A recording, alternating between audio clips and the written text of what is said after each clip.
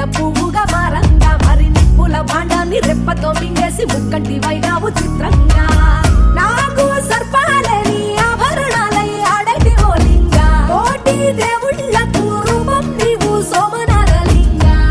గౌరమ్మతో అధికాలు మేలు కలిగేసి కాటవ శివ తరువేయరా స్వామి బంధం పోలే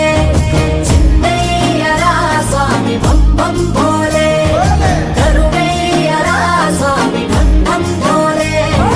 చిన్నయ్యరా స్వామి బంబం పోలే